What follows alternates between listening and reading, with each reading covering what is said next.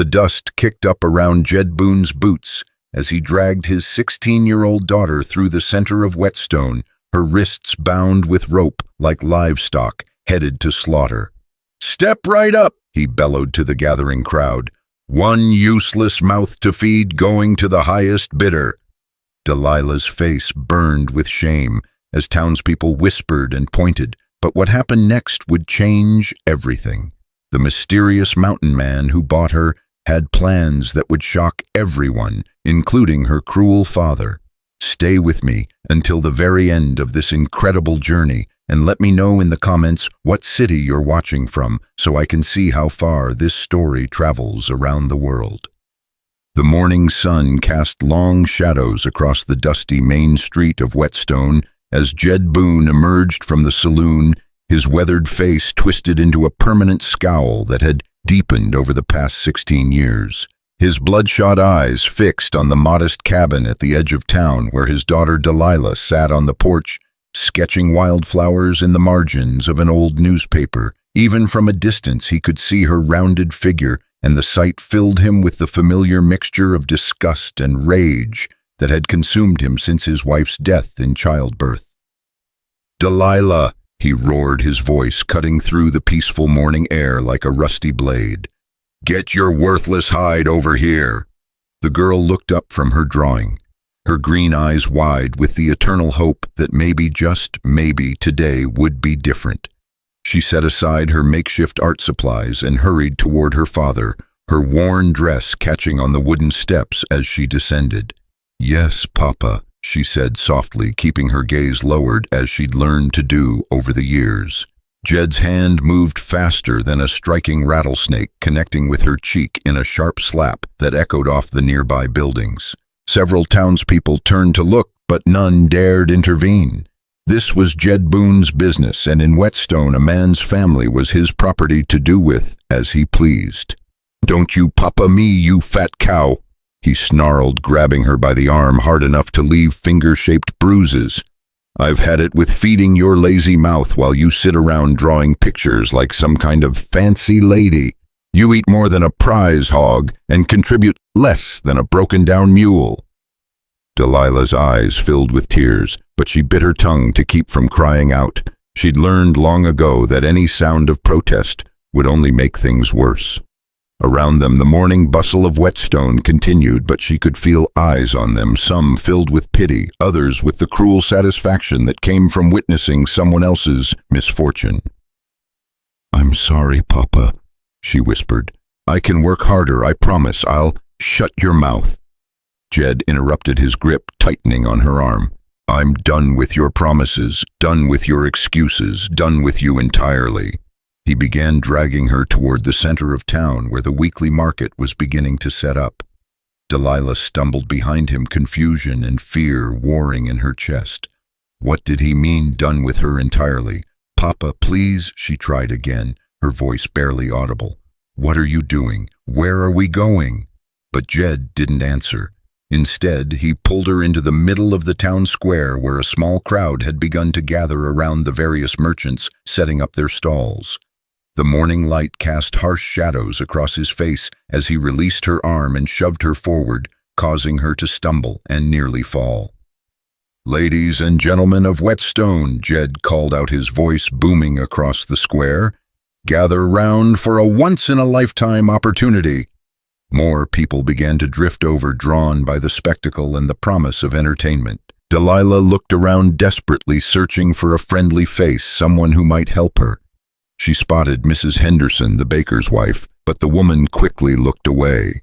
Mr. Crawley from the general store stood with his arms crossed, his expression unreadable. Even Reverend Mills, who had baptized her as a baby, remained silent among the growing crowd. "What's this about Jed?" called out Tom Fletcher, the blacksmith, his massive arms folded across his chest. "What are you up to now?" Jed grinned, but there was no warmth in it, only malice. "Well, Tom, I'm glad you asked. You see, I've got myself a problem. This here daughter of mine has been nothing but a burden since the day she was born. Eats more food than I can afford, won't do a lick of useful work, and spends her time on foolish pursuits, like drawing pictures and reading books. "Papa, no," Delilah whispered, beginning to understand what was happening. The blood drained from her face as the horrible reality sank in. "She's stubborn, lazy, and too big for her own britches." Jed continued, his voice growing louder and more theatrical with each word. "But I've come up with a solution that'll benefit everyone involved." He grabbed Delilah's shoulders and spun her around to face the crowd, his fingers digging into her flesh through the thin fabric of her dress. "I'm selling her to the highest bidder." A collective gasp went up from the assembled townspeople. Several women covered their mouths in shock, while the men shifted uncomfortably. Even in the rough frontier town of Wetstone, where life was hard and mercy was scarce, this was beyond the pale. "Jed, you can't be serious," said Mrs. Patterson, the schoolteacher. "She's your daughter, for heaven's sake. She's a burden." Jed shot back, his face flushing red with anger. "And I have every right to dispose of my property as I see fit. Any man who takes her off my hands will be getting a strong back for farm work, even if she does come with a big mouth to feed." Delilah felt the world spinning around her as the full weight of her father's betrayal crashed down upon her. She had known he didn't love her, had never loved her, but she had never imagined why he could be this cruel. To be sold like livestock in front of the entire town with no regard for her dignity or her humanity. "Please," she whispered, her voice breaking. "Please don't do this. I'll be better. I promise. I'll work harder. Eat less, whatever you want. Just please don't." "Shut your mouth," Jed roared, backhanding her so hard she stumbled backward and fell to her knees in the dust. "You'll speak when spoken to, and not before." The crowd murmured uneasily, but still no one moved to help her. This was a family matter, they told themselves, not their place to interfere. But even as they rationalized their inaction, many of them felt sick to their stomachs at what they were witnessing. "Now then," Jed continued as if nothing had happened, "do I have any takers? She's 16, so she's got plenty of working years left in her, and despite her other failings, she can read and write, which might be useful to some of you." Delilah remained on her knees in the dirt, her head bowed in shame and despair. She could feel the weight of dozens of eyes upon her, could hear the whispered conversations among the spectators. Some expressed outrage at Jed's actions, but others seemed to be genuinely considering his offer. "I'll give you $1 for her," called out Jake Morrison, a drifter who was known for his wandering hands and cruel temper. "She'd make a decent cook and cleaner once she's properly broken in." The lewd suggestion in his tone made Delilah's skin crawl, and she looked up at him with horror. Jake grinned back at her, his gold teeth glinting in the morning sun. $1, Jed scoffed. "Come now, gentlemen, surely my daughter is worth more than that. Look at those strong arms, those broad shoulders. She may be carrying some extra weight, but that just means she's been well fed. She's got stamina endurance, perfect for hard labor." $2, offered Pete Wilson, who ran a small farm outside of town. "But only if you guarantee she won't run off. I don't want to waste my money on someone who'll hightail it back to Daddy at the first sign of hard work." "Oh, she won't be running back to me," Jed said with a harsh laugh. "Once she's sold, she's dead to me. Ain't that right, Delilah?" Delilah couldn't bring herself to answer. The betrayal was too complete, too devastating. Her own father, the man who should have protected her above all others, was auctioning her off like a piece of furniture. She felt something die inside her chest, some small flame of hope that had somehow managed to survive 16 years of abuse and neglect. $3, came a new voice from the edge of the crowd. "And a rifle." Everyone turned to look at the speaker, and a hush fell over the assembly.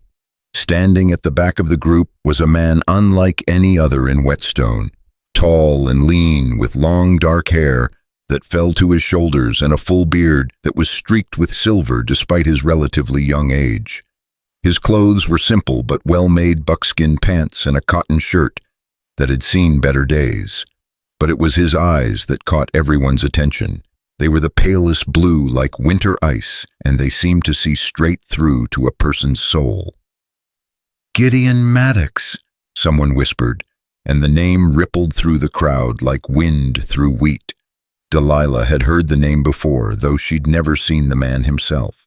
Gideon Maddox was something of a legend in these parts, a mountain man who lived alone in the high country, appearing in town only occasionally to trade pelts and supplies.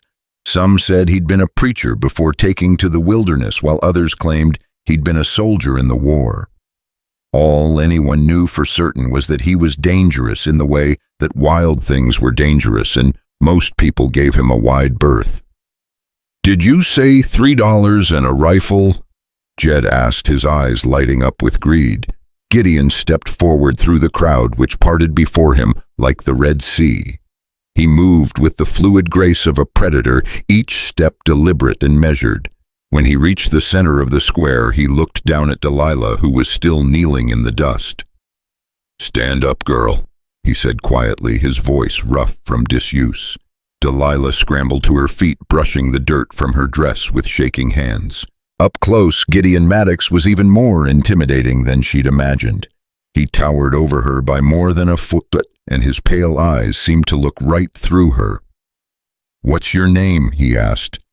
"Delilah," she stammered. "Delilah Boon."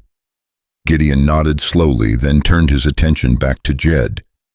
$3 in silver and a Winchester repeating rifle. That's my offer." The crowd held its collective breath.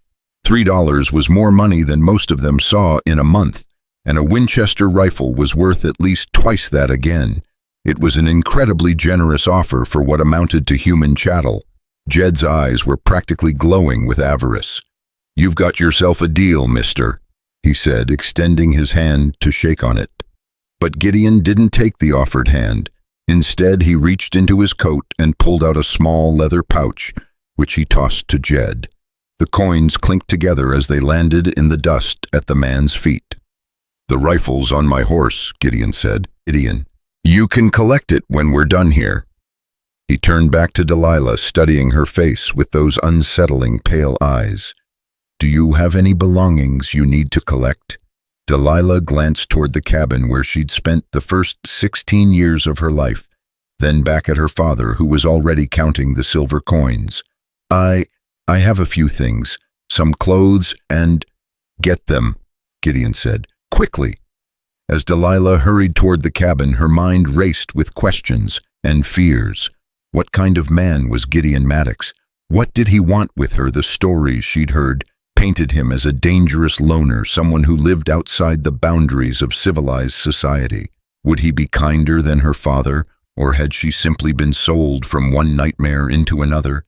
She gathered her few possessions, 2 spare dresses, a worn pair of boots, her mother's Bible, and the precious pencil stub she used for drawing, and stuffed them into a canvas sack. As she was about to leave, she caught sight of herself in the cracked mirror that hung on the wall. Her face was puffy from crying, her cheek red from her father's slap. Her brown hair hung limp and greasy around her shoulders, and her dress strained across her ample figure. "No wonder Papa hates me," she whispered to her reflection. "Look at me. Who could love something like this?" The sound of voices outside drew her back to the present, and she hurried from the cabin with her meager belongings. The crowd was still gathered in the town square, talking in excited whispers about what they'd just witnessed. Gideon stood apart from them all, holding the reins of a magnificent black stallion that looked as wild and untamed as its owner. "Ready?" he asked as she approached. Delilah nodded, not trusting her voice.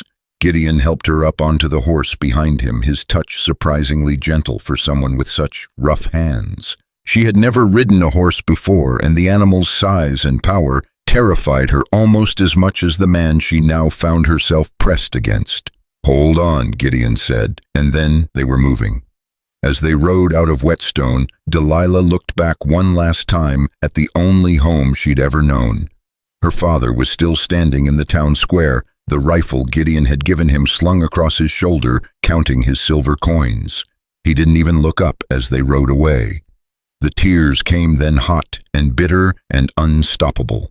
She sobbed against Gideon's back as they climbed higher into the mountains, mourning not just for the life she was leaving behind, but for the childhood she'd never had, the love she'd never received, and the father who had never wanted her. Gideon said nothing as she cried, but she felt his body tense slightly when her tears soaked through his shirt. Whether it was discomfort or sympathy, she couldn't tell. The mountain man was as much a mystery to her as the wild country they were entering. They rode for hours, following narrow trails that wound through dense forests of pine and aspen. The air grew thinner as they climbed, and Delilah found herself fighting for breath. She had never been this far from Whetstone, had never seen country so wild and beautiful. Despite her fear and grief, she couldn't help but be awed by the majestic peaks that surrounded them, their snow-capped summits gleaming like diamonds in the afternoon sun. As the day wore on, Delilah's initial terror began to give way to exhaustion.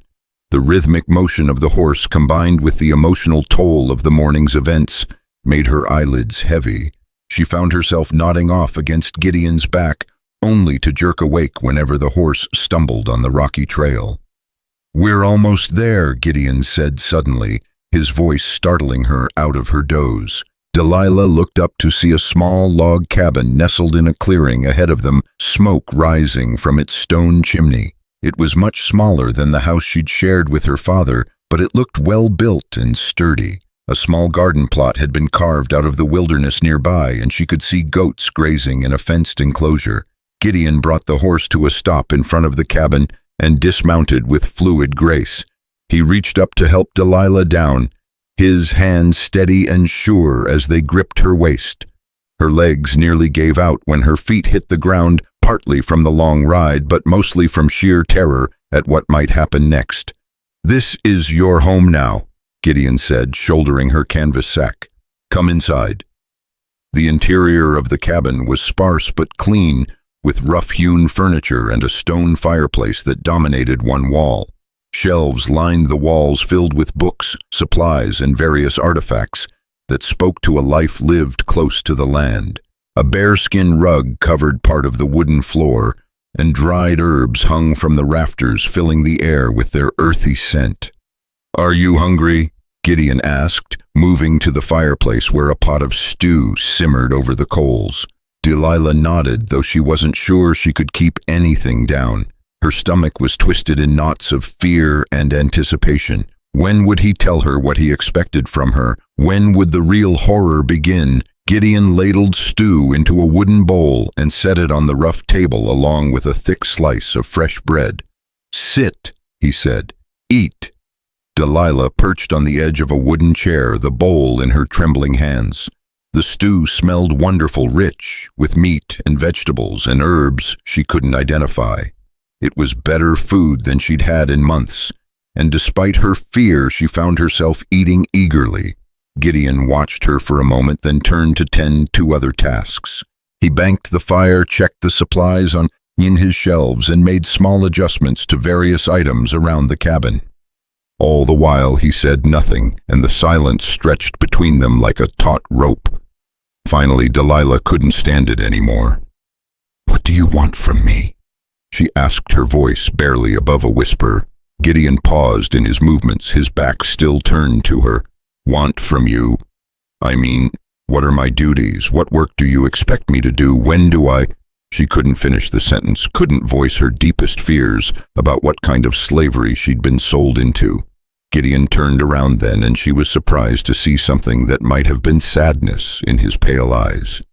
"You think I bought you to hurt you?" It wasn't a question, but Delilah nodded anyway. "I didn't," he said simply. "You looked like you needed saving, and I had the means to do it. That's all." Delilah stared at him in confusion. "I don't understand." "You don't have to understand. Not yet." Gideon moved to a trunk in the corner and pulled out a thick woolen blanket. "You can sleep there," he said, pointing to a small alcove near the fireplace where a straw mattress lay covered with furs. "I sleep in the loft. You don't have to worry about me bothering you in the night." The casual way he dismissed her fears was almost more unsettling than if he'd confirmed them. Delilah had spent so many years bracing herself for the worst that kindness felt foreign and suspicious. "But surely you expect something in return," she insisted. No one does something for nothing. My father always said, your father, Gideon interrupted, his voice hardening, was a fool and a coward. What he said doesn't matter anymore. The words hit Delilah like a physical blow, not because they were cruel, but because they were true. For the first time in her life, someone had acknowledged what she'd always known but never dared to say, that her father was wrong about everything, including her. I don't know how to be free, she whispered, the admission torn from somewhere deep in her chest. Gideon's expression softened slightly. That's something you'll have to learn, but you'll have time and you'll have help when you're ready for it. He moved toward the ladder that led to the loft, then paused. There's only one rule in this house, Delilah. You treat yourself with respect, and I'll do the same. Can you manage that? Delilah nodded, though she wasn't entirely sure what he meant. Respect was a foreign concept when it came to her own self-worth. Good, we'll start fresh tomorrow. For now, rest. You've had a long day. As Gideon climbed to the loft, Delilah sat alone by the dying fire, trying to process everything that had happened. This morning she'd been her father's unwanted burden, sold like livestock to the highest bidder. Now she was in a mountain cabin with a mysterious man who claimed he wanted nothing from her but respect for herself. She looked around the cabin again, noting details she'd missed before. There were books everywhere, more books than she'd ever seen in one place. Philosophy, poetry, scripture, natural sciences. The man who lived here was clearly educated, which explained the careful way he spoke and the gentleness of his manner, despite his rough appearance. On one shelf, she spotted a small wooden cross, simple but beautifully carved. Next to it was a daguerreotype of a woman with kind eyes and a gentle smile. His wife, perhaps, or his mother. The presence of these personal items made Gideon Maddox seem more human, less like the dangerous legend she'd imagined. As she prepared for sleep, wrapping herself in the thick blanket Gideon had given her, Delilah found herself thinking about his words. You looked like you needed saving. Was that really all this was, an act of mercy from a stranger? She had spent so many years believing that she was worthless, that she deserved every harsh word and cruel treatment, that the possibility of genuine kindness seemed almost too good to be true.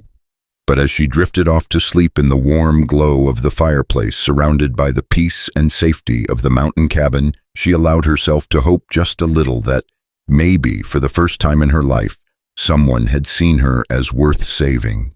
Outside, the wind whispered through the pines, and somewhere in the distance a wolf howled at the moon. But inside the cabin, Delilah slept more peacefully than she had in years, while in the loft above Gideon Maddox lay awake, staring at the ceiling, wondering if he'd done the right thing, and praying that he could help heal the broken spirit of the girl he'd rescued from a life of misery. The first day of Delilah's new life had ended, but her real journey toward healing, toward self-worth, toward understanding what it meant to be truly free was just beginning. The first rays of dawn crept through the cabin's single window, painting golden streaks across the rough wooden floor where Delilah lay curled beneath Gideon's woolen blanket. She had slept fitfully, her dreams haunted by echoes of her father's cruel words and the shocked faces of the Wetstone townspeople. Now, in the gentle light of morning, the events of yesterday seemed almost like a nightmare, except for the unfamiliar surroundings that confirmed her new reality. The sound of movement from the loft above made her freeze. Heavy footsteps crossed the wooden planks, followed by the creak of the ladder as Gideon descended. Delilah squeezed her eyes shut and tried to make her breathing appear even, hoping he might think her still asleep. She wasn't ready to face whatever this day might bring, but Gideon seemed to sense her wakefulness. "Morning," he said quietly, his voice still rough with sleep. "Coffee's on, if you want some." Delilah opened her eyes to find him crouched by the fireplace, stirring the coals back to life. In the morning light, he looked less intimidating than he had yesterday, still tall and imposing, but there was something almost gentle about the way he tended the fire. "Thank you," she whispered, sitting up slowly. Her body ached from sleeping on the straw mattress, but it was still more comfortable than many nights she'd spent in her father's house. Gideon poured coffee into 2 tin cups, the rich aroma filling the small cabin. He handed one to her and she wrapped her hands around it gratefully, letting the warmth seep into her fingers. "Sleep well?" he asked, settling into a chair near the table. Delilah considered lying, but something about his direct gaze made deception feel impossible. "Not really. I kept thinking," she trailed off, unsure how to explain the tangle of emotions that had kept her tossing and turning. Thinking this might all be a dream, or maybe a different kind of nightmare. His perceptiveness startled her. She nodded, taking a small sip of the bitter coffee. "I don't understand why you helped me. People don't do things like that without wanting something in return." Gideon was quiet for a long moment, staring into his own cup. "Maybe where you come from they don't, but kindness exists, Delilah, even if you haven't seen much of it." The way he said her name without mockery or irritation made something tight in her chest begin to loosen. "What happens now?" "Now we eat breakfast and then I show you around.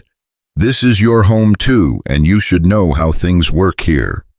He stood and moved to a cupboard, pulling out strips of dried meat and a loaf of bread. "Can you cook?" "Some. My father never. He didn't want me in the kitchen much, said I'd eat more than I prepared." The familiar shame crept into her voice as she repeated his cruel words. Gideon's jaw tightened almost imperceptibly. "Well, you'll learn, but not because anyone's forcing you to, because it's a useful skill, and because food tastes better when you've made it yourself." As they ate their simple breakfast, Delilah found herself stealing glances at her rescuer. Yesterday's shock had prevented her from really looking at him, but now she could see the details that made him more human. There were laugh lines around his pale eyes, suggesting he wasn't always as serious as he seemed. His hands, though rough from outdoor work, moved with surprising gentleness as he handled the simple crockery.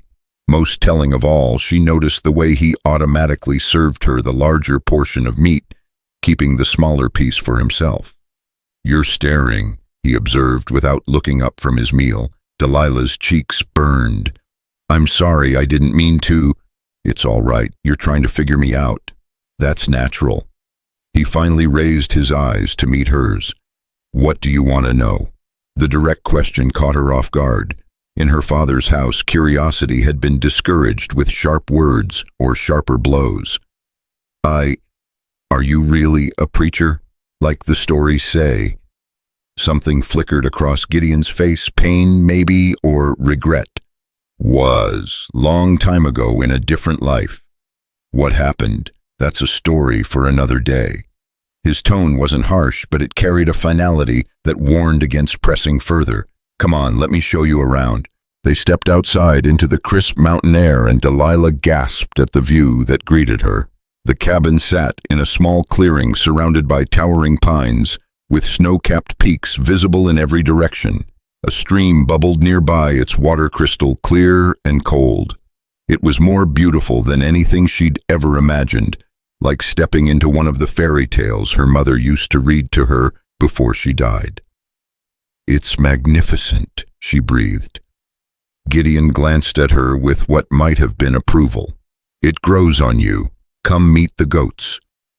The goat pen held 6 animals of various sizes and colors, all of whom seemed delighted to see Gideon. They pressed against the fence, bleating for attention, and he scratched their heads with obvious affection. "This is Mathilde," he said, indicating a large brown goat with intelligent eyes. "She's the herd queen and gives the best milk. This troublemaker here is Jezebel. She'll eat anything she can reach, so watch your clothes around her. The little spotted one is Blossom, and those 3 there are Moses, Job, and Ecclesiastes." Despite her anxiety, Delilah found herself smiling at the biblical names. "You really were a preacher. Biblical names stick with you." He opened the pen gate. "Matilda needs milking twice a day. Think you can learn? I can try." That's all anyone can do. He showed her how to position the bucket, how to grip the goat's teats properly, and how to coax the milk from the animal with firm but gentle pressure.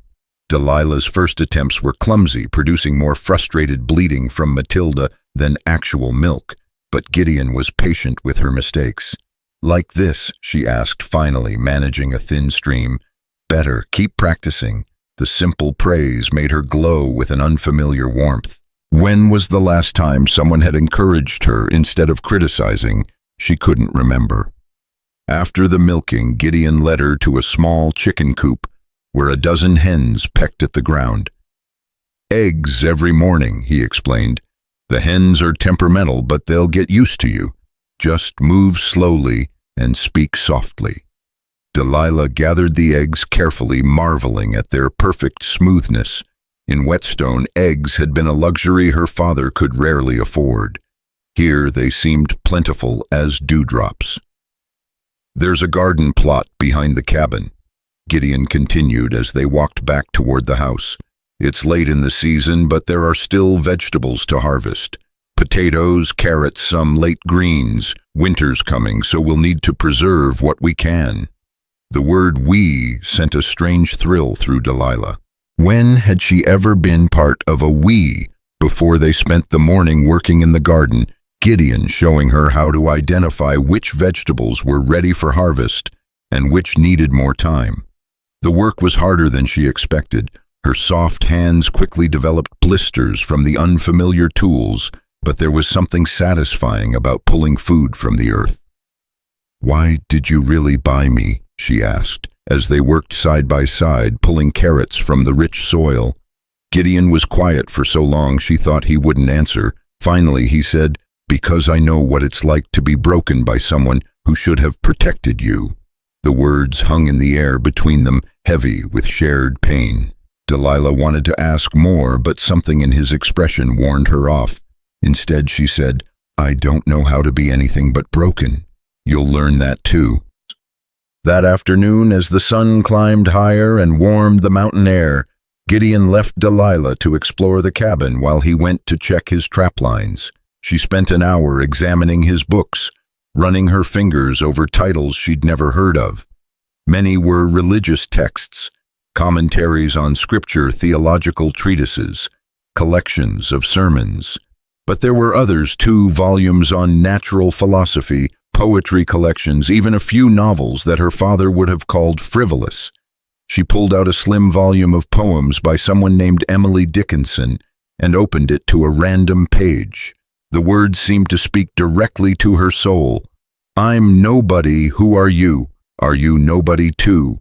Then there's a pair of us." For the first time in years, she felt less alone in the world. When Gideon returned near sunset, he found her sitting by the fire with the poetry book in her lap, tears streaming down her face. "Bad day?" he asked gently. "No," she said, wiping her eyes. "Good day, I think. It's just, I've never had anyone treat me like I was worth saving before." "You are worth saving. Don't let anyone tell you different." That evening, as they shared another simple meal, Delilah found herself talking more than she had in years. She told Gideon about her mother's death, about her father's drinking, about the loneliness that had eaten away at her soul for so long she'd almost forgotten what it felt like to hope. "He used to tell me I killed her," she said quietly. "My mother said if I hadn't been so big, if the birth had been easier, she might have lived." Gideon's knuckles whitened around his cup. "That's not how childbirth works, and even if it were, it wouldn't be your fault. You were a baby, Delilah, innocent of everything except existing. But I was so big even then. The midwife said what she thought your father wanted to hear. Some women die in childbirth and some don't. It has nothing to do with the size of the baby or anything the baby does. It's just the way life is, sometimes cruel and unfair and senseless." His vehemence surprised her. She had never heard anyone defend her so fiercely, not even herself. "How do you know so much about childbirth?" she asked. Again that flicker of pain across his features. "I told you, I was a preacher once. Saw a lot of births, a lot of deaths. Learned that most of the time, there's no one to blame for either." 3 days passed in this fashion, quiet mornings, tending the animals afternoons, working in the garden, or around the cabin evenings by the fire, talking about everything and nothing. Delilah found herself growing stronger both in body and spirit. The constant tension that had lived in her shoulders for years began to ease. Her hands grew calloused from honest work, but her heart felt lighter than it had in memory. On the fourth morning, as she was gathering eggs, she heard the sound of approaching horses. Fear shot through her like lightning. What if her father had changed his mind? What if he'd come to take her back? But when she peered around the corner of the coop, she saw a small woman dismounting from a sturdy mare. The woman was perhaps 60 years old, with iron-gray hair braided down her back and skin weathered by decades of mountain sun. She moved with the confidence of someone completely at home in the wilderness. "Josie," Gideon called out from the cabin door, and Delilah heard genuine warmth in his voice. "Gideon Maddox, you old hermit," the woman replied. "Heard you went down to town and caused quite a stir." Delilah stepped out from behind the chicken coop, clutching her basket of eggs. The woman, Josie, turned to look at her with keen brown eyes that seemed to see everything. "And you must be the girl everyone's talking about," Josie said, her voice kind but direct. "I'm Josie Whitehorse, midwife and general busybody of these mountains. You look better than I expected, considering." "Considering what?" Delilah asked. "Considering you just escaped from Jed Boon's tender care," Josie said with heavy sarcasm. "That man's got a reputation even up here in the high country." Gideon joined them in the yard, pouring coffee from a pot he'd brought outside. "Josie knows everyone and everything that happens within 100 miles of here," he explained to Delilah. "She's also the closest thing to a doctor we have in these parts.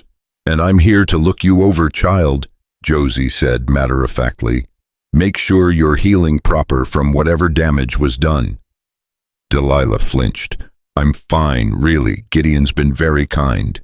"I'm sure he has, but kindness doesn't heal everything, and some wounds need tending whether we want to acknowledge them or not." Josie's examination was thorough but gentle. She looked at the fading bruises on Delilah's arms, checked her overall health, and asked probing questions about her father's treatment of her. Through it all, she maintained a stream of conversation that gradually put Delilah at ease. "You're malnourished," she pronounced finally, "but not as bad as I feared.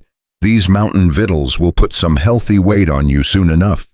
The bruises are healing clean, and I don't see any signs of, well, any signs that you were mistreated in ways that might leave lasting damage." Delilah understood what she wasn't saying and felt a flush of gratitude that her father's cruelty had never extended to that particular horror. "What I'm most concerned about," Josie continued, "is up here." She tapped her temple.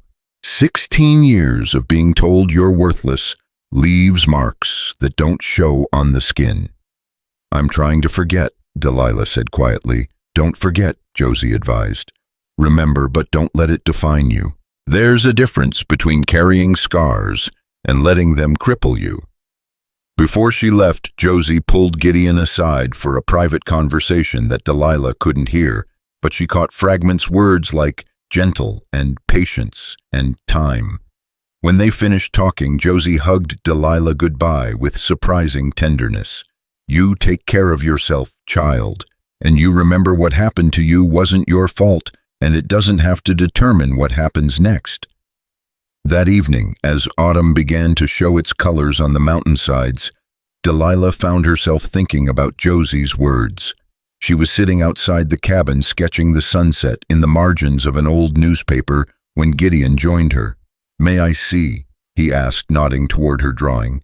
Delilah hesitated, then handed over the paper. Her father had always mocked her artistic attempts, calling them foolish wastes of time, but Gideon studied the sketch with genuine interest. "You have a good eye," he said finally. "The proportions are right, and you've captured the way the light hits the peaks.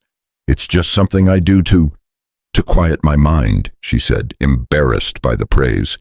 "Art isn't just anything. It's how we make sense of the world, how we find beauty even in dark places." He handed the paper back to her.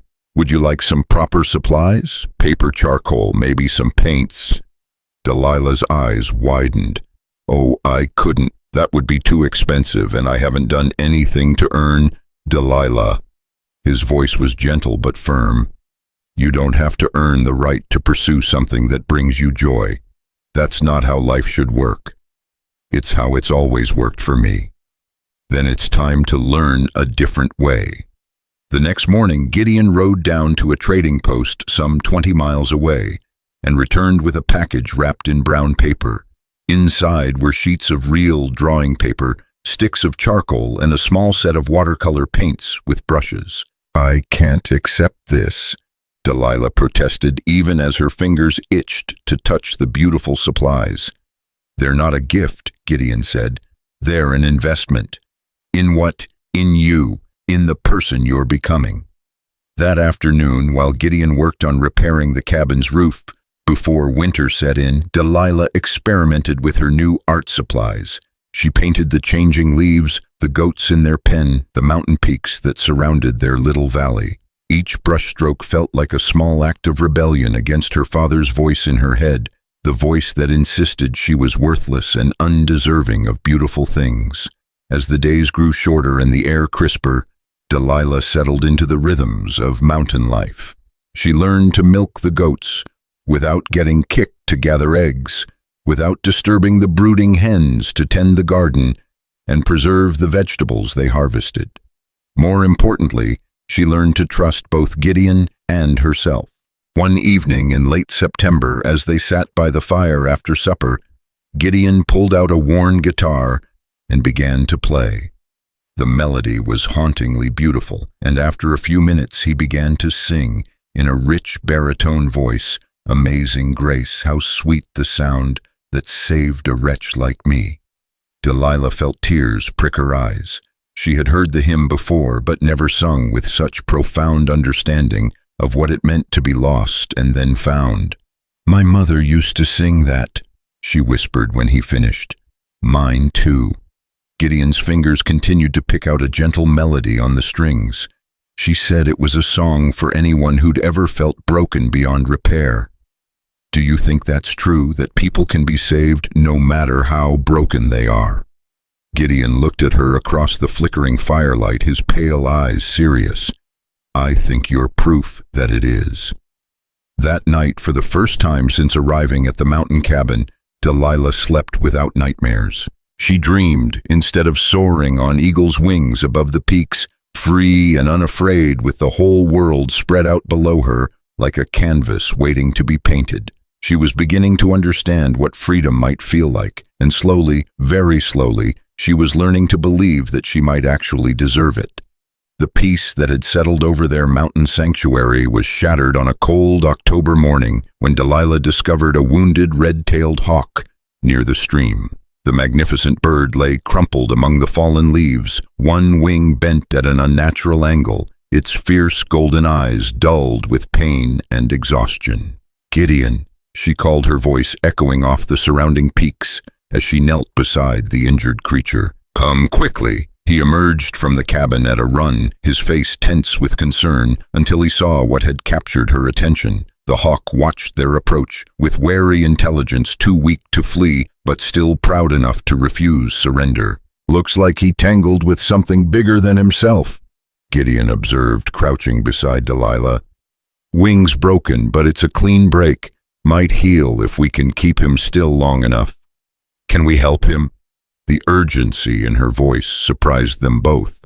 Something about the bird's fierce determination to survive despite its injuries resonated deep in her soul.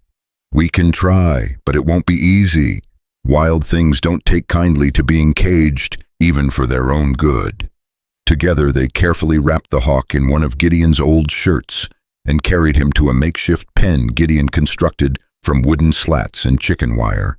The bird fought them every step of the way, his good wing beating frantically against his captors despite the obvious pain it caused. "Easy now," Delilah murmured, her voice low and soothing.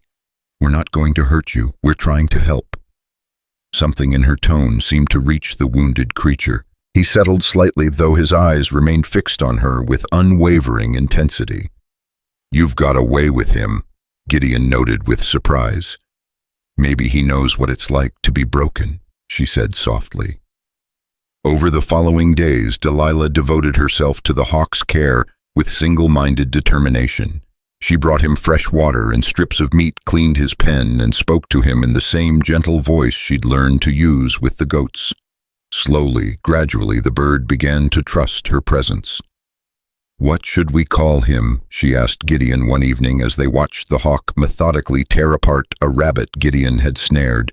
"He's wild, Delilah. We can't get too attached.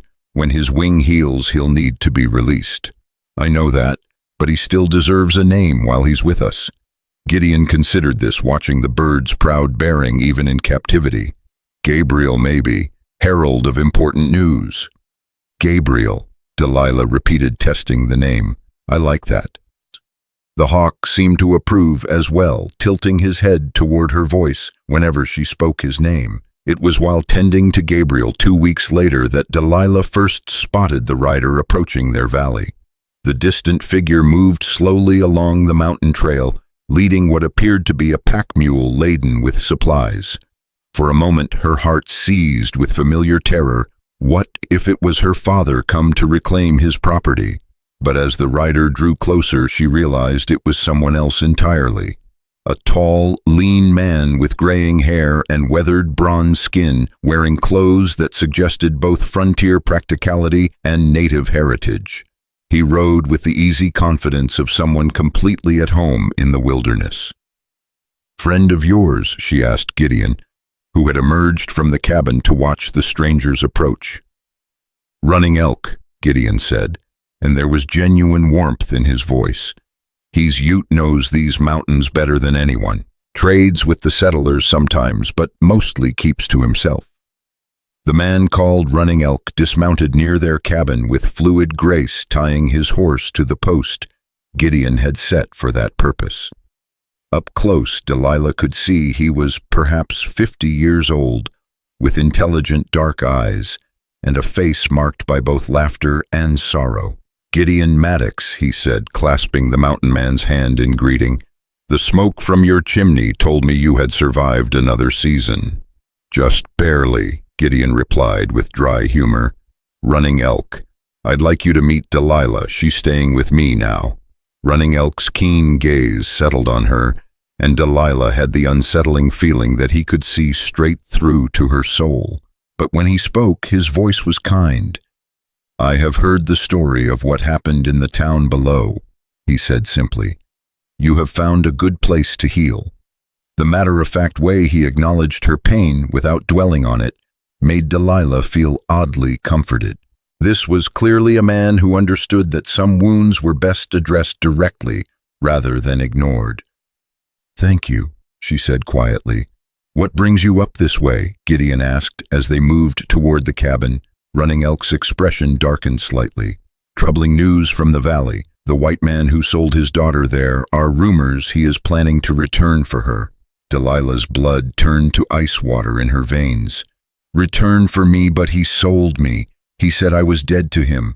"Men like that change their minds when it suits them," Running Elk said gravely, "especially when they discover that their actions have consequences they did not anticipate." "What kind of consequences?" Gideon's voice had taken on a dangerous edge. "The good people of the town have not forgotten what they witnessed. Many who said nothing at the time now speak openly of their shame at allowing such a thing to happen. The preacher has condemned his actions from the pulpit. The shopkeepers refuse to serve him. He finds himself unwelcome." "Good," Delilah said, fiercely surprised by the venom in her own voice. "Perhaps. But desperate men do desperate things, and there are those who might support him, men who believe a father's rights are absolute, regardless of how he exercises them." The three of them spent the evening discussing the implications of this news. Running Elk shared what he had learned in his travels, that Jed Boon had indeed been ostracized by much of Wetstone's population, but had found allies among some of the newer settlers who cared more about property rights than human decency. "He claims you were stolen from him," Running Elk explained to Delilah, says the sale was not legitimate because you are his property by right of birth, and no sale can supersede that claim. That's not how the law works, Gideon protested. The law is what men with power decide it is. Running Elk replied pragmatically, and your Jed Boon has found men willing to support his interpretation. What can we do? Delilah asked, fighting to keep the fear out of her voice. We prepare, Gideon said simply, and we make sure you're protected. There is something else you should know, Running Elk added. The sheriff who might support Boon's claim he was not present at the original sale, a new man recently appointed who did not witness what actually happened. This news sent a chill through the small group. Without witnesses willing to testify to the actual circumstances of the sale, Jed Boon might indeed be able to present his version of events as truth. The people who were there, surely they'll remember what really happened, Delilah said desperately. Some will, Running Elk acknowledged, but others may find their memories flexible, depending on what they stand to gain or lose. That night, Delilah lay awake staring at the cabin's rough ceiling, her mind churning with possibilities. Just as she had begun to believe she might truly be free, the specter of her father's cruelty had returned to haunt her. She thought about Gabriel healing and on his pen outside. Would she end up like him, a wild thing forced back into captivity, just as she was learning to spread her wings? The next morning brought an unexpected visitor. Josie Whitehorse arrived shortly after dawn, her face grim with purpose. Heard through the mountain grapevine that there might be trouble coming, she announced without preamble. Figured you could use some support. News travels fast up here, Gideon observed. Faster than wildfire when it's important. Josie's sharp eyes fixed on Delilah. How are you holding up, child? I'm scared, Delilah admitted. I don't want to go back to him. I can't. You won't, Josie said with iron certainty. Not if I have anything to say about it. What can any of us do if the law supports him? The law is made by men, and men can be reasoned with, sometimes. Other times they need to be reminded of what's right and what's wrong. Running Elk nodded approvingly. The mountain midwife speaks wisdom. I've been thinking about this all night, Josie continued. There might be a way to fight back, but it would require courage from you, Delilah, and it would mean telling your story to people who might not want to hear it. What do you mean? I mean writing it down, all of it. What your father did to you, how he treated you, why the sale happened the way it did. The truth in your own words, where nobody can twist it or change it. Delilah felt her stomach clench with anxiety. I don't know if I can, some of it. It's too shameful. The shame belongs to him, not you, Josie said firmly. And sometimes the only way to defeat evil is to drag it into the light where everyone can see it for what it is. Gideon placed a gentle hand on Delilah's shoulder. You don't have to decide right now. Think about it. But even as he spoke, Delilah could see the sense in Josie's suggestion. Her father's power over her had always come from secrecy, from the ability to hide his cruelty behind closed doors. What if she refused to let him hide any more? I'll do it, she said suddenly. I'll write it all down. You sure? Gideon asked. No, but I'll do it anyway. Over the next several days, Delilah poured her heart onto paper with the supplies Gideon had given her. She wrote about her mother's death and her father's blame, about years of verbal abuse and physical neglect, about the growing cruelty that had culminated in her public sale. The words came slowly at first, each memory dragged up from depths she had tried to forget. But as she wrote, she felt something shifting inside her, not healing exactly, but a kind of fierce determination she had never experienced before. Listen to this, she said one evening, reading aloud from her pages while Gideon tended the fire. For 16 years, I believed the lies my father told me about my worth. I believed I was ugly, worthless, a burden no one could love. But now I know the truth. Those were his failures, not mine. His inability to love his own child says nothing about me and everything about him. Powerful words, Gideon said quietly. Their true words. Maybe that's the same thing. As October faded into November, their peaceful routine was increasingly interrupted by visits from concerned friends. Running Elk brought news from his travels, keeping them informed of Jed Boon's movements and plans. Josie arrived every few days with supplies and moral support. Even some of the settlers from lower in the valley began to stop by offering their assistance in whatever conflict might come. "Word's getting around about what that bastard did to you," one grizzled prospector told Delilah bluntly. "Begging your pardon for the language, miss, but there ain't many folks who think a father's got the right to treat his child like livestock." These visits helped Delilah understand that she wasn't as alone as she had always believed. There were good people in the world, more of them than she had dared to hope. But the knowledge that trouble was coming cast a shadow over everything. She found herself jumping at unexpected sounds, scanning the horizon for signs of approaching riders. Even Gabriel seemed to sense her tension, watching her with his fierce golden eyes, as if trying to offer comfort. His wings almost healed, Gideon observed one morning as they watched the hawk exercise in his pen.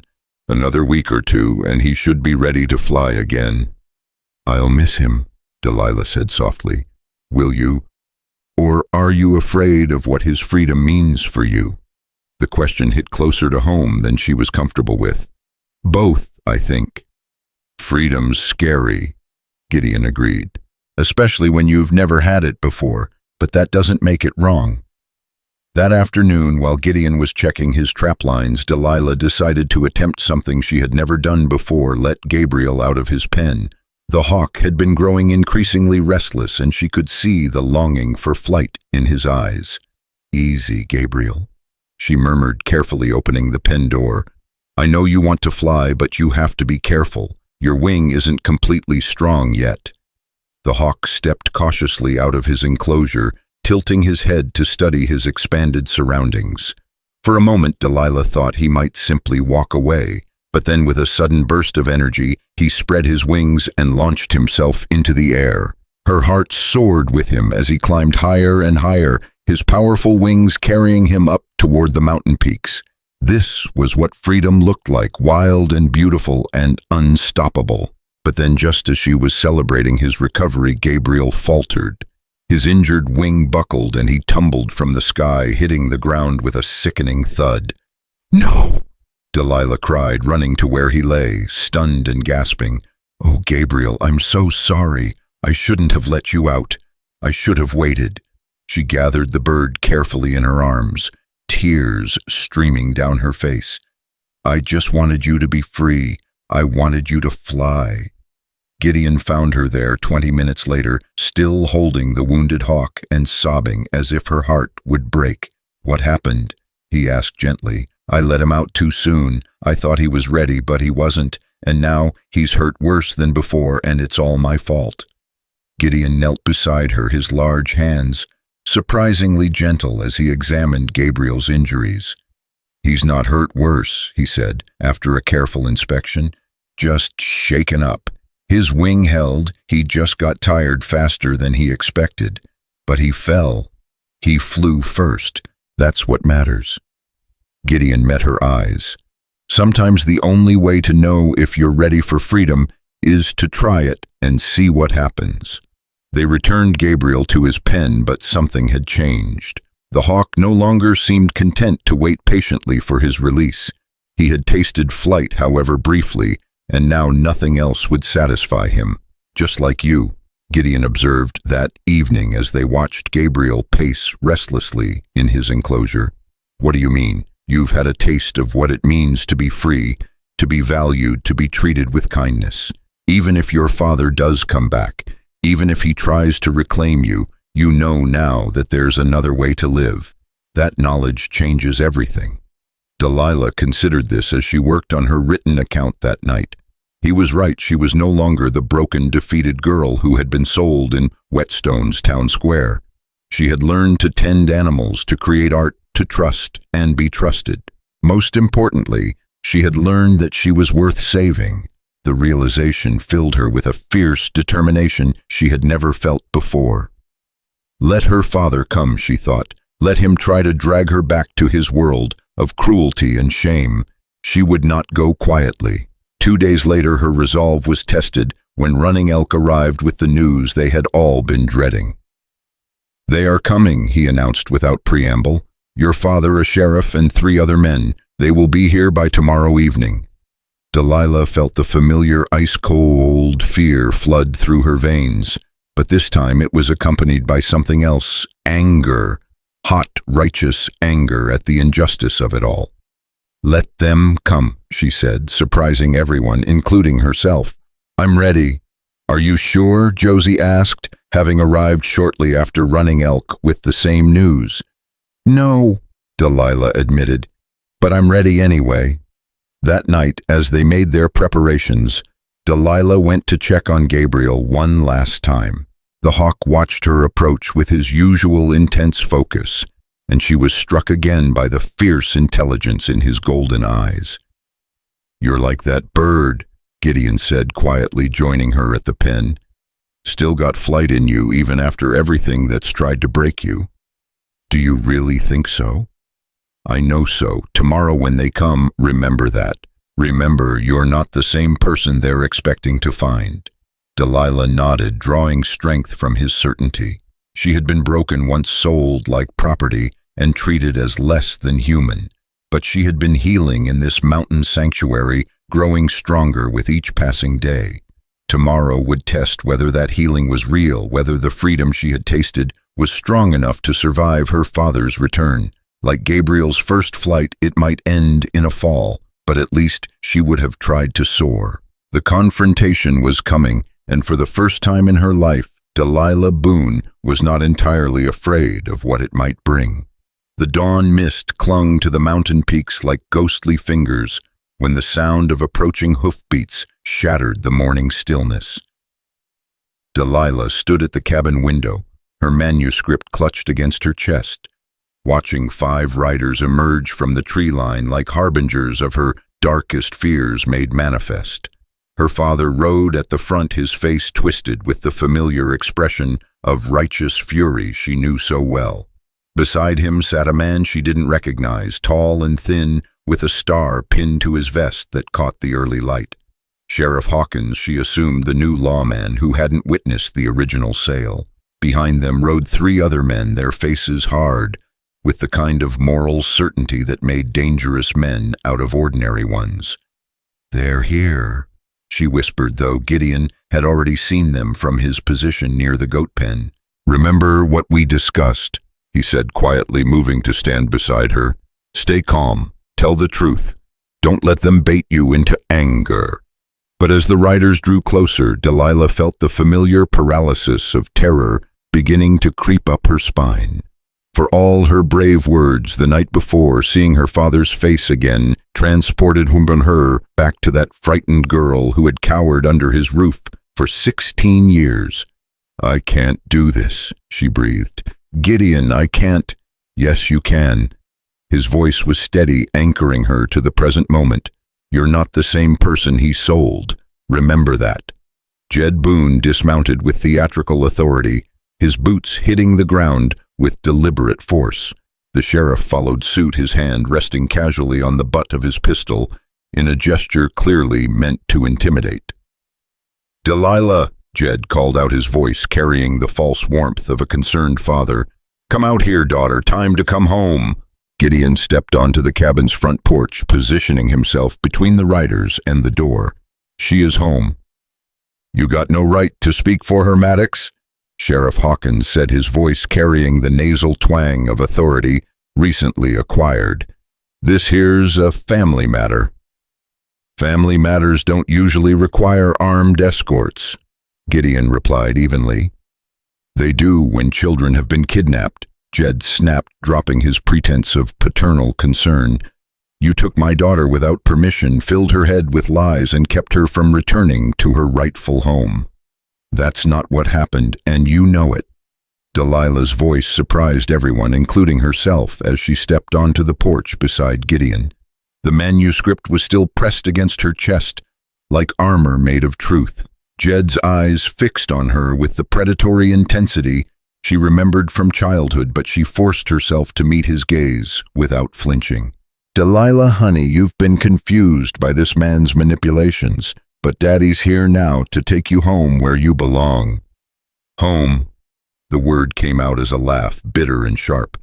"You mean the place where you told me I was worthless every day of my life, where you blamed me for Mama's death, where you finally got so tired of feeding me that you sold me like livestock in front of the whole town."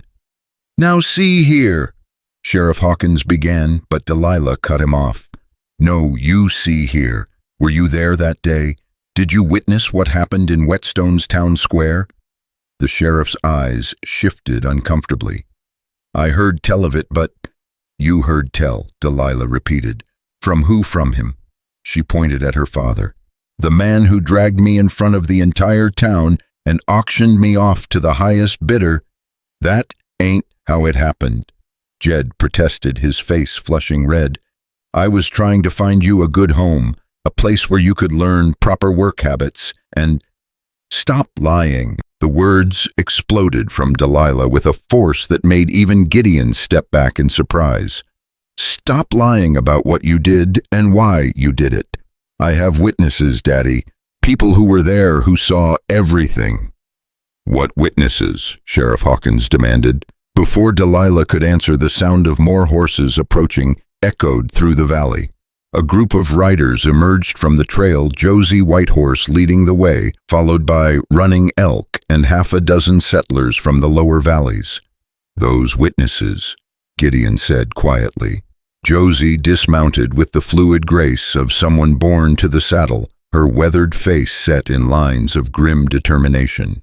"Sheriff Hawkins, I presume I'm Josephine Whitehorse, midwife and healer for these mountains.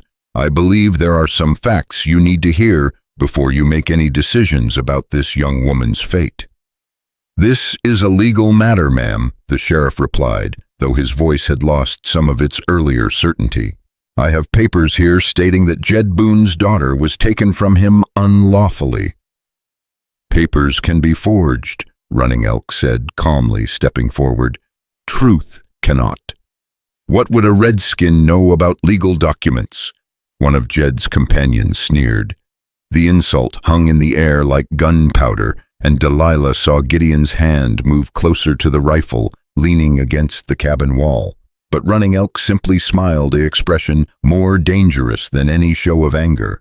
"This redskin knows that the land you're standing on is sovereign Ute territory recognized by federal treaty," he said pleasantly, "which means your jurisdiction extends exactly as far as I allow it to."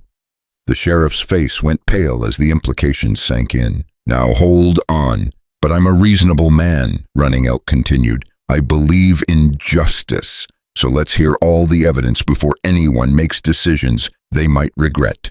"Evidence?" Jed spat. "What evidence? She's my daughter, bought and paid for from the moment she was born. That's all the evidence anyone needs." "Children aren't property," Josie said sharply, "not even to their parents." "Tell that to the law." "I intend to." Josie pulled a folded document from her saddlebags. "This is a deposition signed by 8 witnesses to the events in Wetstone, including the town's preacher, the school teacher, and 3 shopkeepers, all of them swearing under oath to what they saw that day." Sheriff Hawkins took the document with obvious reluctance, his eyes scanning the pages as his confidence visibly eroded. This describes a public auction." "Because that's what it was," Delilah said, finding her voice again. "He stood me up in the town square like a prize heifer and sold me to whoever would pay the most." "You're twisting it," Jed snarled. "I was trying to provide for you to find you a situation where you could be useful by calling me worthless, by telling the whole town I was too lazy and too fat and too stupid to be worth keeping." Delilah's voice rose with each word, years of suppressed pain and anger finally breaking free. "By saying I'd eat them out of house and home and contribute nothing in return. That's enough." Jed raised his hand as if to strike her, but Gideon moved faster, then thought his own hand clamping around the older man's wrist with crushing force. "Touch her," Gideon said quietly. and it will be the last thing you ever do."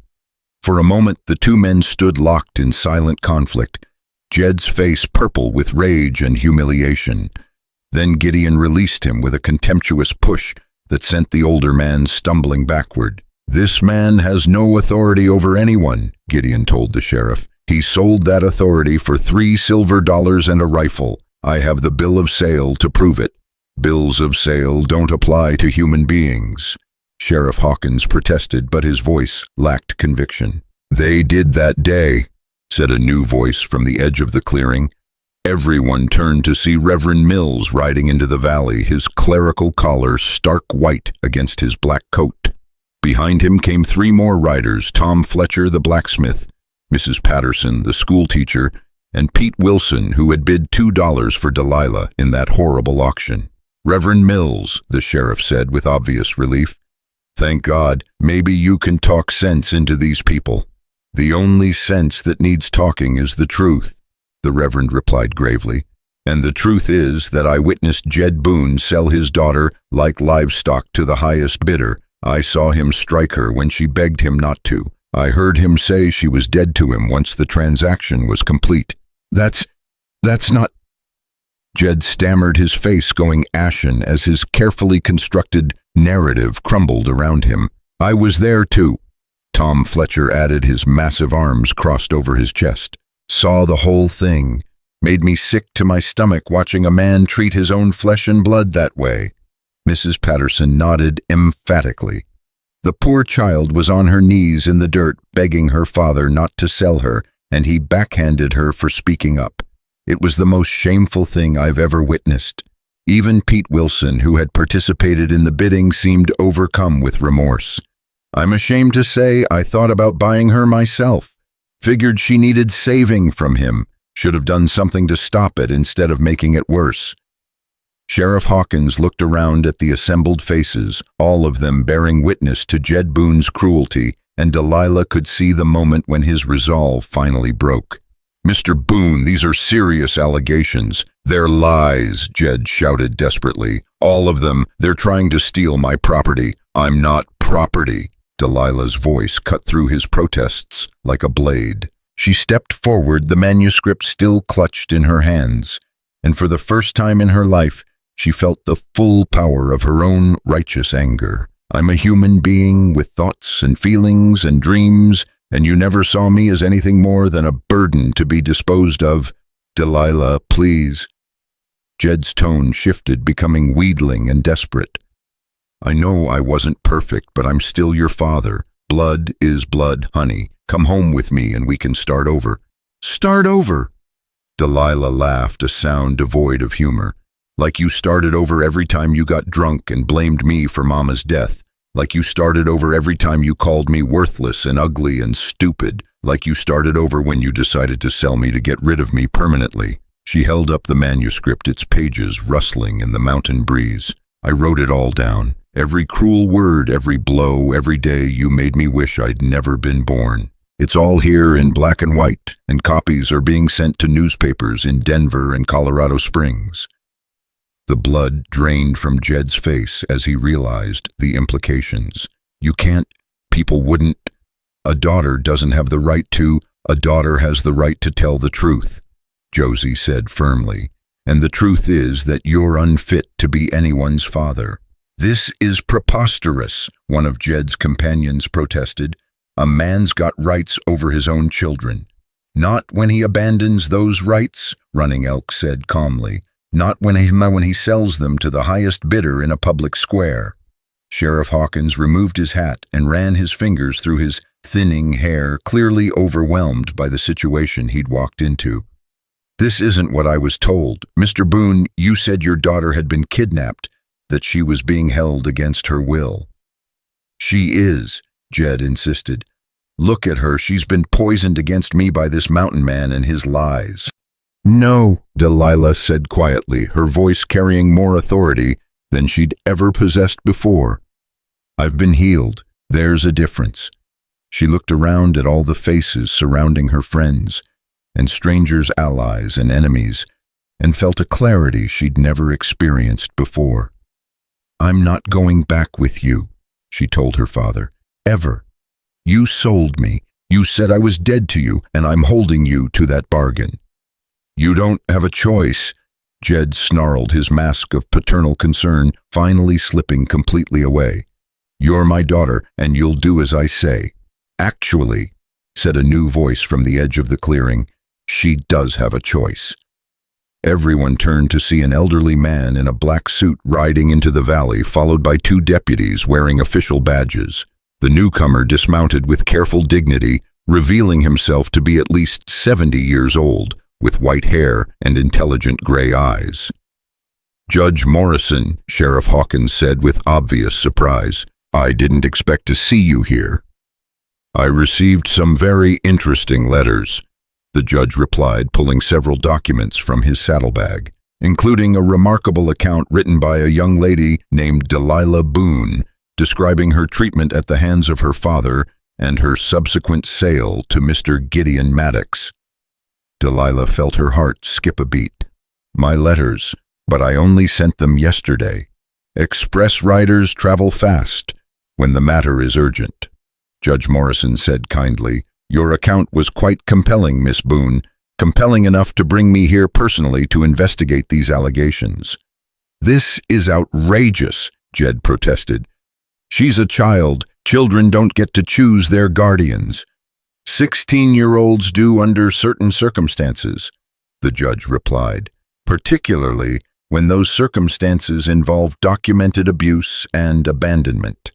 He pulled out a thick legal document. I've also received affidavits from no fewer than 12 witnesses to the events in Wetstone, all describing what can only be characterized as a slave auction. An illegal slave auction, I might add, since the 13th Amendment prohibited such transactions some years ago. The legal implications hit Jed like a physical blow. His face went white as he realized that his actions hadn't just been morally reprehensible, they'd been criminal. Furthermore, Judge Morrison continued, I've had my clerks research the land records for this area. It seems Mr. Maddox's cabin sits on territory that is technically under Ute sovereignty, as Mr. Running Elk correctly stated, which means that even if Miss Boon were still a minor under her father's guardianship, which she is not given the circumstances of her abandonment, he would have no legal authority to remove her from this land without the consent of the Ute Nation. Running Elk smiled. The Ute Nation does not consent. This is insanity, Jed shouted. She's my daughter, my blood. Blood doesn't give you the right to treat someone like property, Judge Morrison said sternly. In fact, based on the evidence I've reviewed, I'm prepared to rule that you forfeited any parental rights when you sold her publicly and declared her dead to you. But the sheriff said Sheriff Hawkins was misinformed, the judge said, turning to fix the younger lawman with a stern glare. Perhaps deliberately misinformed, though I'll give him the benefit of the doubt and assume he was simply naive about the true facts of the case. Sheriff Hawkins colored deeply. Your Honor, I was told this was a simple matter of a runaway child. There's nothing simple about child abuse and human trafficking, the judge replied coldly, both of which Mr. Boon appears to be guilty of. Human trafficking. Jed's voice cracked. It wasn't trafficking. She's my daughter. You sold a human being for money, Judge Morrison said. The relationship between you and the victim is irrelevant under federal law. The word victim hung in the air like a benediction validating everything Delilah had suffered and survived. She felt tears start to flow down her cheeks, but for the first time in her life, they were tears of relief rather than pain. Miss Boon, Judge Morrison said gently, I need to ask you directly, do you wish to return to your father's custody? No, Delilah said without hesitation. Never. And do you feel safe and well cared for in your current situation? Delilah looked around at the faces surrounding her, Gideon's quiet strength, Josie's fierce protectiveness, Running Elk's calm wisdom, even the townspeople who had come forward to tell the truth despite the personal cost. Yes, Your Honor, I do. Then, as an officer of the territorial court, I hereby declare that Delilah Boon is legally emancipated from the custody and authority of Jed Boon, effective immediately. Furthermore, I'm placing Mr. Boon under arrest for human trafficking, child abuse, and fraud. This isn't over, Jed snarled as the deputies moved to restrain him. I'll appeal. I'll find other judges. She belongs to me. Actually, Judge Morrison said with satisfaction, it is over, and Miss Boon belongs to herself. As her father was led away in shackles, still protesting and threatening, Delilah felt something break loose in her chest. Not breaking apart, but breaking free. The chains of fear and shame that had bound her for 16 years were finally gone. What happens now? She asked, her voice small in the sudden quiet. Now, Gideon said, placing a gentle hand on her shoulder. You decide what kind of life you want to build. Judge Morrison spent the next hour taking official statements from all the witnesses, creating a legal record that would ensure Jed Boon could never again claim authority over his daughter. As the last of the legal formalities were completed and the various parties prepared to depart, Delilah found herself standing once again at Gabriel's pen. The hawk watched her approach with his usual intense focus, and she could see that his wing had finally healed completely. He was ready to fly, truly ready this time, not the premature attempt that had ended in a fall. It's time, isn't it? She said softly. Gideon joined her at the pen, following her gaze to the magnificent bird. Past time, I think. Together they opened the pen door and stepped back. Gabriel hesitated for only a moment before stepping out into the open air. This time, when he spread his wings and launched himself skyward, there was no faltering, no premature fall. He soared up and up, circling the valley once as if in farewell before disappearing over the mountain peaks. Free, Delilah whispered, watching until he was just a speck against the endless blue sky. Free, Gideon agreed. And when she turned to look at him, she saw that he was talking about more than just the hawk. As Gabriel disappeared into the vast Colorado sky, Delilah felt the last invisible chains of her old life fall away. The confrontation that had terrified her for weeks was over, and she had not only survived it, she had triumphed. Judge Morrison's declaration of emancipation rang in her ears like church bells on a Sunday morning, proclaiming a freedom she was only beginning to understand. What are you thinking about? Gideon asked as they watched the legal party prepare to depart. Sheriff Hawkins looking thoroughly chastened as he helped load her father into the prison wagon. I'm thinking I don't know how to be free, she admitted. 16 years of being told what I couldn't do, what I wasn't worth, who I couldn't become. Now suddenly I can be anyone, do anything. It's terrifying. Freedom usually is at first. Gideon's pale eyes were thoughtful as he watched the wagon carrying Jed Boon roll away down the mountain trail. But you'll learn, you've already started. Judge Morrison approached them before departing, his weathered face kind but serious. Miss Boon, or perhaps I should ask what name you'd prefer to use now that you're legally independent. The question startled her. She had never considered that she could choose her own name, that she wasn't forever bound to carry her father's identity like a brand. I don't know. I've never thought about it. Take your time, the judge advised. There's no rush. But when you decide, my clerk can help you file the proper paperwork. He paused, studying her face. I've read your written account, young lady. It was remarkably well composed for someone with limited formal education. I learned from books, Delilah said quietly. My mother taught me to read before she died. Have you considered that your story might help other young people in similar situations? There are more children suffering as you did than most people want to acknowledge. Delilah felt a flutter of something she couldn't quite name, purpose perhaps, or destiny calling. You mean publish it? I mean use your voice, Judge Morrison said. You've already proven how powerful truth can be when it's spoken clearly and courageously. The question is whether you're willing to speak for those who can't yet speak for themselves. After the legal party departed, taking her father away forever, Delilah found herself alone with Gideon for the first time in weeks. The mountain valley seemed unnaturally quiet, after all the commotion, as if the land itself was holding its breath. "So," Gideon said, settling into his chair by the fire that evening. "What now?" "I don't know," she admitted. "For so long my whole life was about surviving each day, getting through each hour without making him angry. Now I can think about tomorrow, next week, next year. It's overwhelming." "What would you do if you could do anything?" Delilah considered the question while staring into the flames. "I'd want to help people, children especially, kids who are scared and alone and don't think anyone cares about them." She paused. "And I'd want to keep drawing, keep writing. Judge Morrison was right, maybe my story could help someone else." "Those are good dreams," Gideon said softly. "But how does someone like me make them real?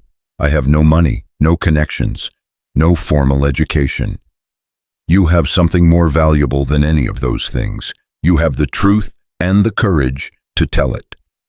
Over the following weeks, as autumn deepened into winter, Delilah began to discover what freedom actually meant in practical terms. It meant choosing when to wake up in the morning, what work to do each day, how to spend her evenings.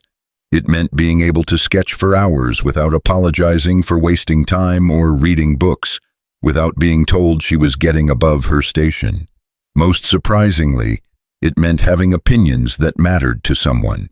When Gideon asked what she thought about expanding the garden next spring, he actually listened to her answer and incorporated her suggestions into his planning. When Josie visited and they discussed the best herbs for winter ailments, her contribution to the conversation was valued equally with the older woman's decades of experience.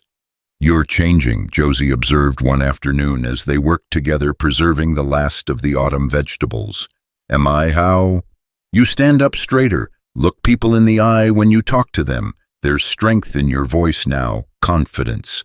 The frightened little mouse I met a few months ago is growing into a lioness." Delilah laughed. "I don't feel like a lioness." "Lionesses never do. That's what makes them dangerous to those who would harm the innocent." As winter settled over the mountains, Delilah found herself with time to pursue the dreams she had shared with Gideon.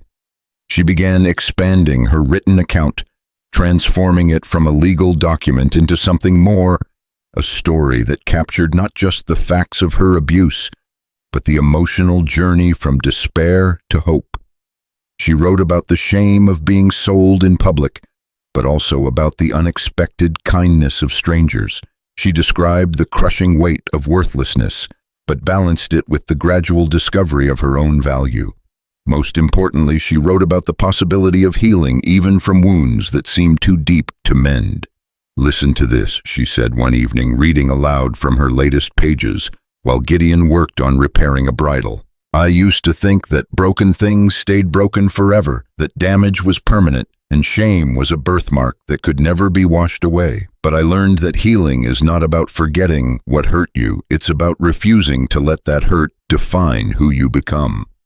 "Powerful words," Gideon said, looking up from his work. "Have you thought about what Judge Morrison suggested about publishing your story?" "Every day, but I wouldn't know where to start." "I might," he said quietly. "I wasn't always a hermit, you know. Before I came to the mountains, I had connections in the publishing world, friends who might be interested in a story like yours." "You never told me that." Gideon was quiet for a moment, his hands stilling on the leather he was mending. "There's a lot I haven't told you about my life before this place. Maybe it's time I did."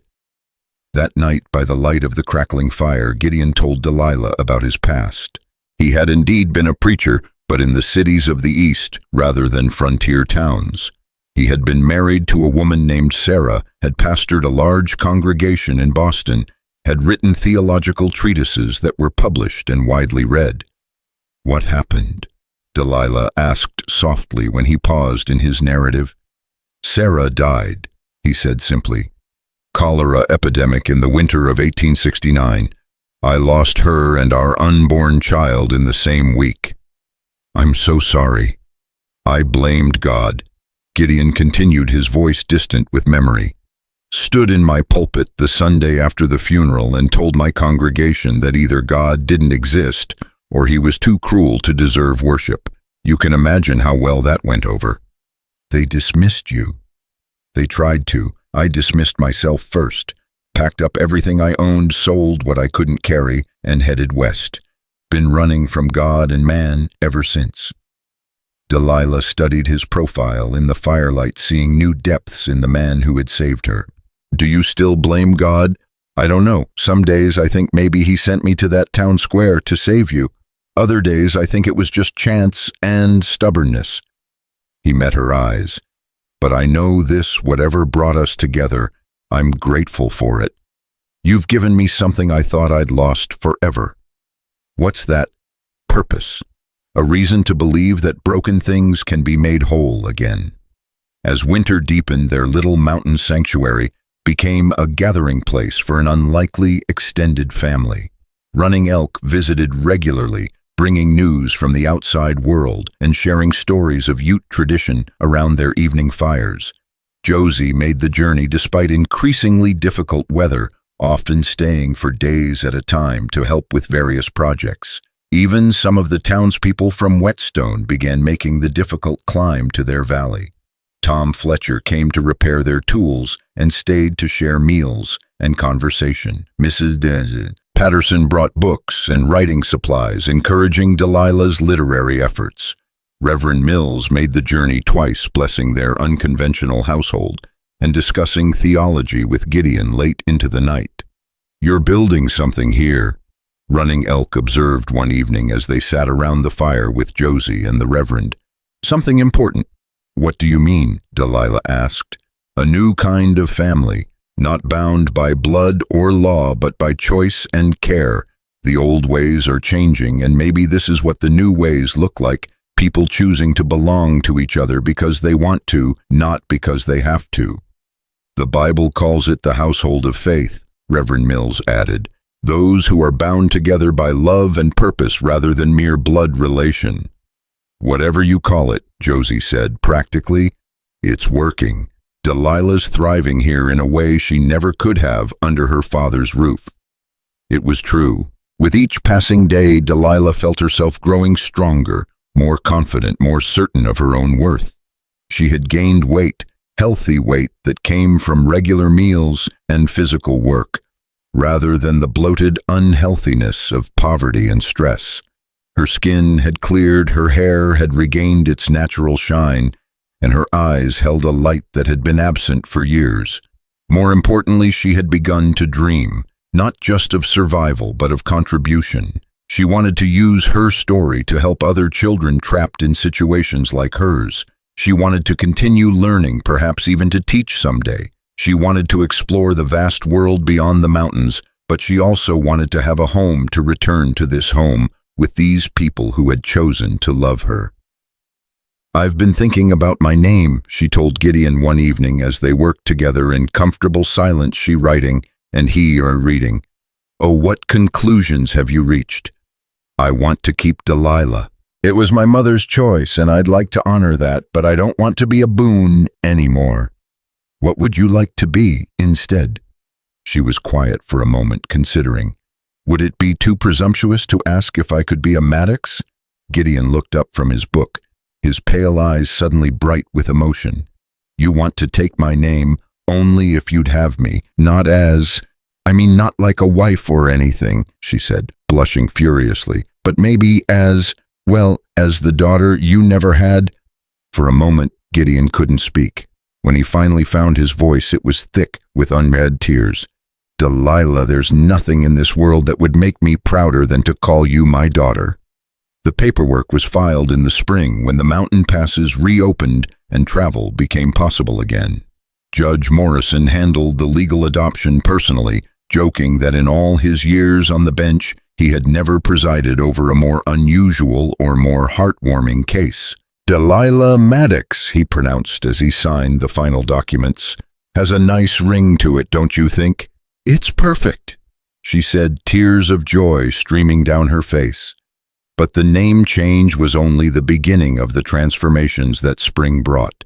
Delilah's written account now expanded into a full memoir titled Mountain Mercy, A Daughter's Journey from Bondage to Freedom. Found its way to publishers through Gideon's old connections. The response was immediate and overwhelming.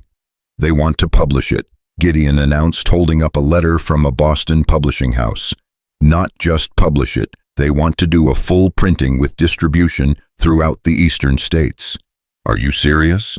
Delilah grabbed the letter, scanning the formal language that confirmed her wildest dreams. "They really want my story. They say it's exactly what the country needs right now. A personal account that puts a human face on the suffering of children, written by someone who survived to tell the tale." The book's publication that summer created a sensation. Delilah's unflinching account of abuse and her inspiring journey to freedom resonated with readers across the nation. Letters poured in from children and adults alike, sharing their own stories of suffering and thanking her for giving them hope. "Listen to this one," she said, reading from the day's mail as she and Gideon sat on the cabin porch watching the sunset. "Dear Miss Maddox, I am 14 years old and my stepfather treats me much the same way your father treated you. Reading your book has given me courage to tell someone what's happening. Thank you for showing me that survival is possible."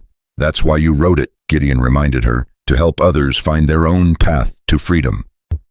With the book's success came opportunities Delilah had never imagined. Requests to speak at schools and churches, invitations to visit reform societies working to protect children, offers to write for magazines and newspapers. The frightened girl who had been sold in Wetstone's town square was becoming a voice for the voiceless across America. But perhaps the most meaningful opportunity came from an unexpected source: the territorial government's new education initiative. They wanted to establish schools in remote mountain communities, places where children had never had access to formal learning, and they needed teachers willing to work in difficult conditions. "You'd be perfect for it," Josie said when she brought word of the program. "You know what it's like to hunger for education, to be denied opportunities because of circumstances beyond your control. Who better to teach children who are facing the same challenges?" "But I'm not formally trained," Delilah protested. "I learned from books and experience, not from teachers' college."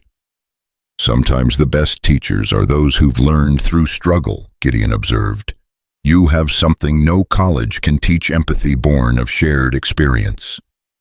Delilah accepted the position, establishing a small school in their valley that served children from the surrounding mountains: settler children, Ute children, and the mixed-race offspring of trappers and traders who fit nowhere else. She taught reading and writing, arithmetic and geography, but also art and storytelling, believing that every child deserved both practical skills and beauty in their lives.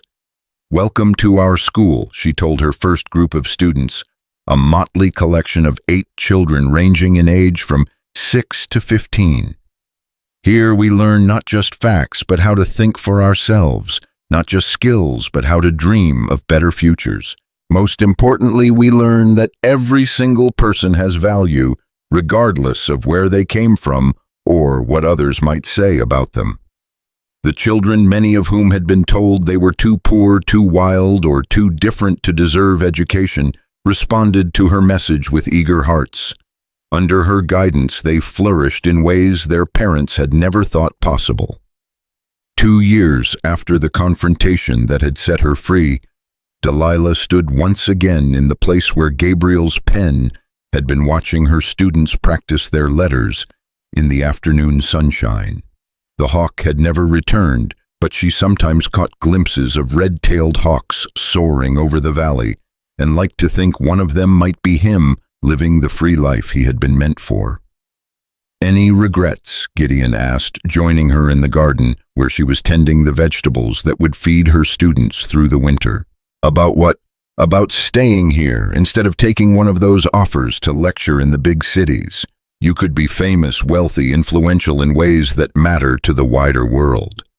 Delilah considered the question seriously. She had indeed received lucrative offers to travel and speak, opportunities that would have taken her far from the mountains and into circles of power and influence she could never have imagined as a child. "No regrets," she said finally. "This is where I belong. These children need someone who understands what it means to be overlooked and undervalued. The big cities have plenty of voices already. The mountains need teachers more than the world needs another celebrity." That evening, as was their custom, Delilah and Gideon sat by the fire sharing the events of their day. She graded her students' work while he planned the next day's repairs and maintenance. It was a peaceful domestic scene that would have seemed impossible during those dark years under her father's roof. "I heard from Judge Morrison today," Gideon mentioned as he worked on a broken harness. "Your father's appeal was denied again. The Supreme Court of Colorado Territory upheld the original ruling. He'll serve the full 7 years for human trafficking." Delilah felt a complicated mix of emotions at the news. There was satisfaction in knowing that justice had been served, but also sadness for what might have been. "Do you think he'll ever understand what he did wrong?" "Some people never do," Gideon said gently. "Some people are so committed to seeing themselves as victims that they can never acknowledge the harm they've caused others. The important thing is that he can't hurt you anymore, and your story might prevent him from hurting other children." "I hope so." She set aside her grading and picked up her latest project, a new book, this one focused specifically on educational methods for teaching traumatized children. "Speaking of which, I had an idea about the spring curriculum." "Tell me." "I want to start a program where the older children mentor the younger ones, not just academically but emotionally. Create a support system where children who've overcome difficulties can help those who are still struggling." "Peer counseling for mountain children," Gideon mused. "I like it. You're building something here that's bigger than just a school." "I'm building a family," Delilah said simply. "The kind of family I always wished I'd had, one where every member matters, where children are protected and nurtured, where love is given freely rather than earned through fear." As if summoned by her words, the sound of approaching hoofbeats interrupted their conversation. But these were familiar sounds, now not the harbingers of doom they had once been, but the welcome arrival of friends and extended family members who made the difficult journey to their mountain sanctuary. Running Elk dismounted in the yard, but he was not alone. Behind him rode a young Ute woman and 3 children, their faces marked by the wariness that Delilah recognized all too well. "These are our distant cousins," Running Elk explained as introductions were made. "Their father died hunting and their mother's brother wanted to sell them to a trading post to pay his gambling debts. They need the kind of safety you've built here." "Of course," Delilah said without hesitation. "We have room for everyone. Children belong with people who cherish them, not with those who see them as property."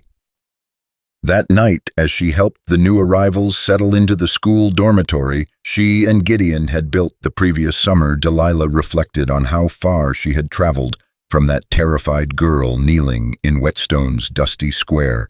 She had been broken, then sold like livestock, convinced of her own worthlessness. Now she was whole, not unmarked by her experiences, but strengthened by them. She had found her voice and learned to use it for good. She had discovered her purpose and built a life around serving it. Most importantly, she had learned that families could be chosen as well as born, that home was a place you created rather than simply endured. "Thank you," she whispered into the mountain darkness as she settled into sleep that night, surrounded by the breathing of children who slept safely under her protection. She wasn't sure who she was thanking, God perhaps, or fate, or simply the mysterious forces that had brought Gideon Maddox to that town square on the day when she needed saving most. But she was grateful beyond words for the journey that had brought her from bondage to freedom, from despair to hope, from isolation to the rich community of chosen family that now surrounded her. Outside her window, she could hear the wind singing through the pine trees, and somewhere in the distance the call of a hawk soaring free beneath the stars. Tomorrow would bring new challenges, new students to teach new lives, to help heal. But tonight, she was home surrounded by love and finally completely free. In the years that followed, Delilah Maddox's school would become famous throughout the territory as a place where broken children learned to fly again. But that night, as she drifted off to sleep in the mountain cabin where her new life had begun, she was simply a young woman who had learned that sometimes the most devastating falls are just the beginning of learning to soar.